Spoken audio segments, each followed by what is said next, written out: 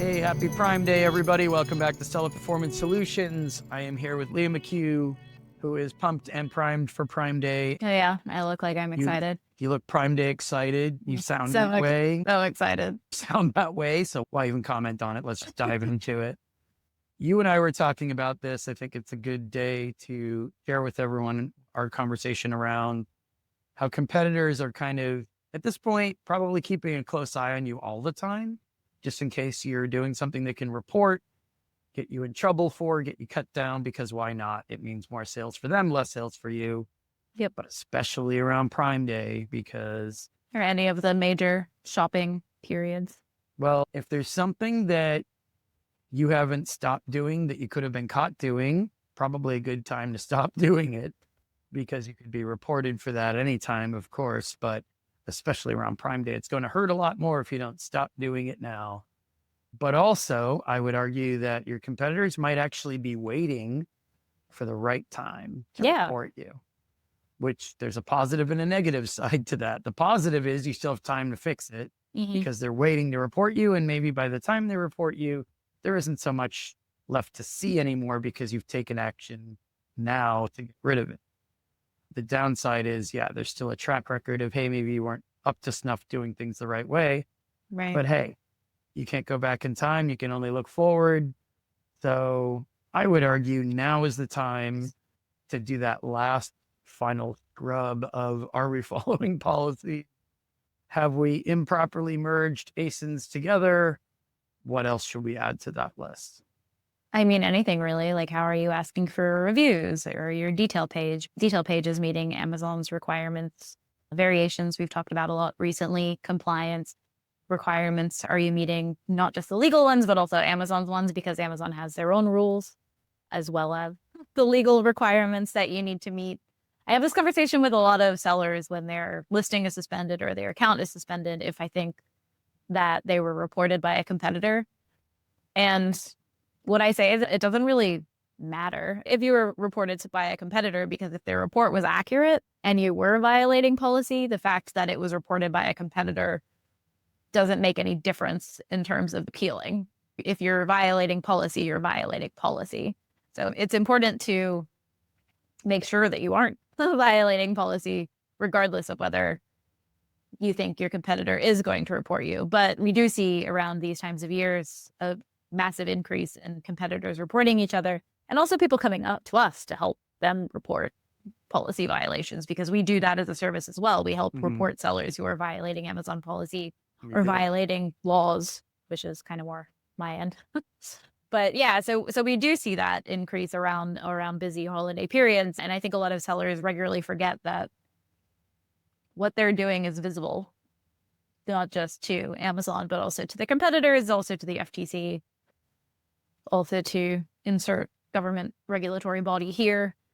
You're not dealing within a vacuum of only Amazon buyers are seeing what you're doing. Anybody can buy your product and anybody can see what you're doing. So you need to make sure that you are following the rules, because it's very easy to report you when you're violating their policies. Is very visible.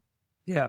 And I just got off the phone with an agency who has a client who wants to violate some rules temporarily just to get ahead on Prime Day. And I had to remind everyone involved that they had already had their wrist slapped for that before. Yep. And that if they get caught again, they could be losing their whole account. Maybe not during Prime Day, but maybe soon after. And also it's their second offense, and it's a dispute-only appeals path, which brought me to the topic of, I know sales are a little slower right now for some people. I know margins are thinner, and I know that's leading to some people to say, hey, we're going to help you edge out your competition by adding certain sexy language to the listing or to backend keywords or wherever, A+ content. And I'm alarmed at how often I've heard that over the last 30 days. And so this is another conversation I have with a lot of sellers where they decide that the risk is worth the reward. And for anybody thinking that currently, I will say that they change their tune very quickly when it results in their account being suspended. All of a sudden, that risk is maybe not as worth it as you thought it was, because when they're deciding risk versus reward, I think a lot of sellers just think that nothing actually is going to happen. I've had many conversations where they're like, we think this risk is worth it because it's going to increase our revenue by this much. And then all of a sudden their account is suspended. And now that risk is not looking as rewarding as they thought it would be. Right.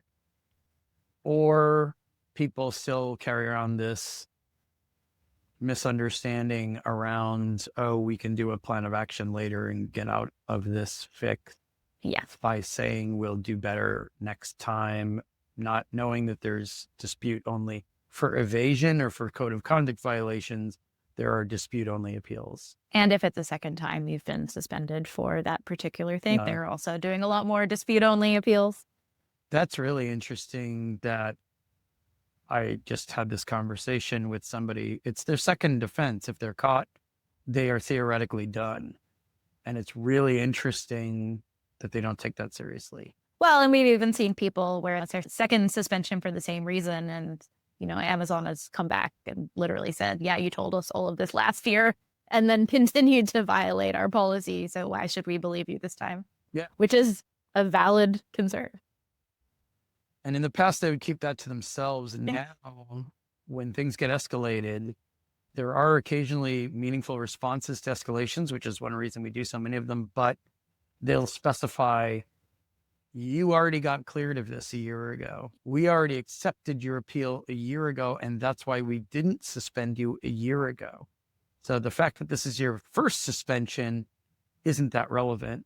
What's relevant is that this is the second time we caught you and you're only in a dispute or bust appeal path. Right. And that's when it hits them. Well, and that's where I see a lot of people get in trouble with the variations because Amazon doesn't warn you about every single variation that you're doing wrong. They'll send a couple of warnings and they expect you to check all of your listings. So it's the same thing. They've warned you.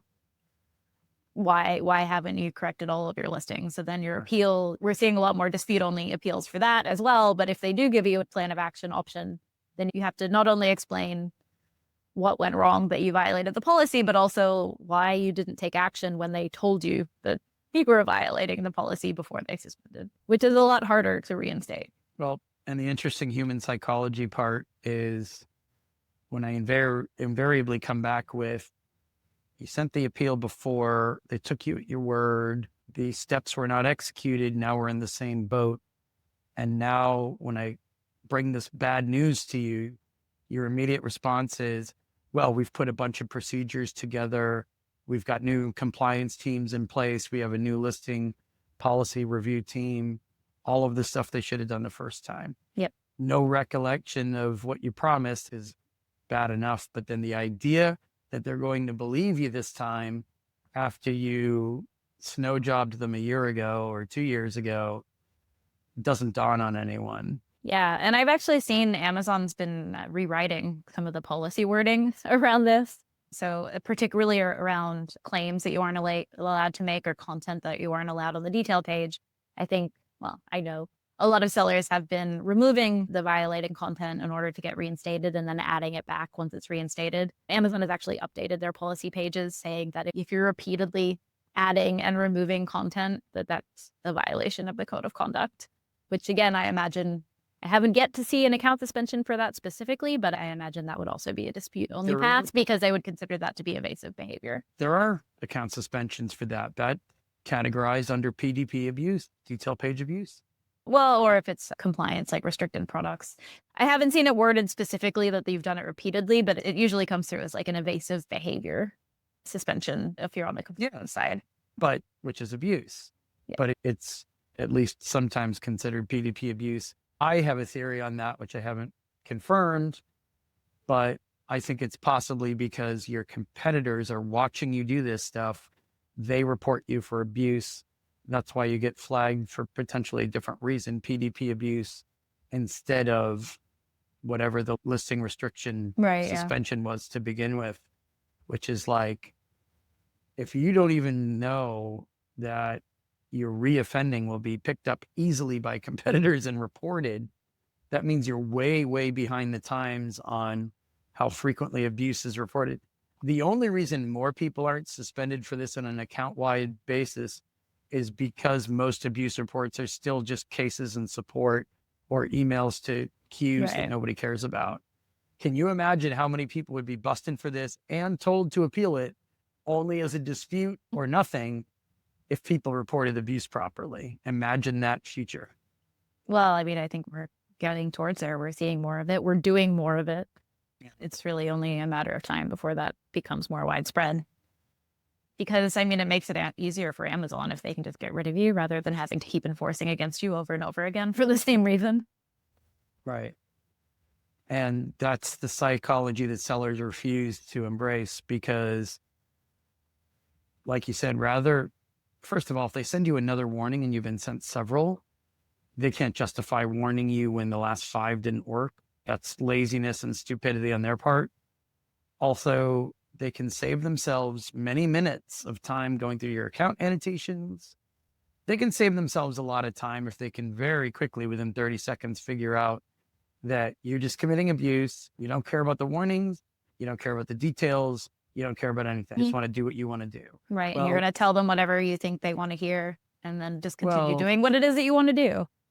Or you're going to a dispute, which has no basis, which I don't need to tell you. They can read that quickly and reject Or you try to blame a virtual assistant. No, I mean, a lot of people are blaming their agencies, saying, well, our agency was in charge of this, or our full account management service. They're the ones who did this. The whole blame game stuff, as I think we wrote on LinkedIn the other day, it's so 2024 and we're halfway through 2025. So that just falls on deaf ears in extremely harsh ways that people don't seem to understand. And I'm not laughing because it's funny. I'm laughing because it's sad. So don't let this reflect your experience either during or before Prime Day. Any other things that we missed that we've been kicking around lately in terms of Prime Day crisis avoidance? Or, I mean, people should know the big reach for image changes or doing anything last minute, I think, before Prime Day is likely to be something that you stumble on because you do it wrong. Yeah, I think in terms of the marketing side of things, most sellers that I speak to are pretty on the ball about getting that stuff done well before Prime Day. I think it's more the unsexy stuff that we do that people tend to like forget or leave until the last minute because they don't really want to think about being attacked or being reported for whatever rules they're breaking. So in conclusion, try not to break the rule. Well, you thought I was wrong the other day when I said competitors would try to get other sellers flagged for compliance reasons, which would prompt requests for compliance documentation. That is not what I said. Okay. Let's go over it now because I have also people try to get each other knocked off on the odd chance that their competitors don't have compliance documentation handy to be shown to Amazon and resolve the issue quickly. Maybe it's just a lark. Maybe it's just, let's just throw this at the wall and see if it works. But I'm pretty sure around Prime Day too, they try to get Amazon to ask you for compliance documentation, maybe that you already submitted. So what you had said the other day was that you thought that they were going to try to report people for not having a lab that meets Amazon's requirements. And I don't think people are going to try to report for that because that is something that is done at the manage my compliance level. What I do think will happen and what I have seen happen is black hat people getting a product incorrectly categorized as a different product in order to flag compliance review, because then you're in the position of having to, one, convince Amazon that your product doesn't require that particular documentation, and two, getting them to like actually review what your product is, as opposed to just being able to submit the documentation because it does apply to your product. It's actually, it takes longer generally to appeal a compliance request than to submit documentation. So I think that's why we see more of the miscategorizing a product to get it flagged rather than just trying to prompt Amazon to ask for documentation. Unless they explicitly somehow know that you don't have the required documentation for your actual product, it's a lot faster to resolve than being asked for something that doesn't apply to your product. So in terms of attacks, it makes more sense for an attacker to try to get Amazon to ask you for something that doesn't apply to your product. I agree with that too, but they drew a line in the sand, I think in mid-July, for a deadline of you cannot use certain labs. And I think just by virtue of that deadline existing, somebody might try to say, hey, I think they're using such and such a lab. Yeah, it's You just know? it's not those aren't like you immediately have to submit test reports. A lot of those test reports are just when Amazon asks you for them. So somebody being like, I think they might be using the wrong lab, I don't think would be enough of a report to get anybody to do anything. All right. I stand corrected. Unless you're saying that there was fraud committed, that would be like if you can prove that somebody submitted a fraudulent test report, that's a very different I mean, thing. I more meant people latch on to trendy things like deadlines or things that have been posted publicly that are coming up to say, hey, we know blank is coming up. I think these guys are running afoul of the rules, just to get them on Amazon's radar, just to see if something, even if it's just a mistake. Well, so again, it's not like using those labs it's not explicitly a violation of Amazon's policies. Amazon just won't accept test reports from specific labs now. So you're not reporting them for a policy violation. You would be trying to get them flagged for compliance review. And it's a different process. I think it would be very convoluted and a more difficult way of maybe getting somebody flagged. I think there are easier ways for black hats to attack you, essentially. We will continue that debate in another episode. For now, happy Prime Day. We're not quite there, so you will hear us talking about this next week as well.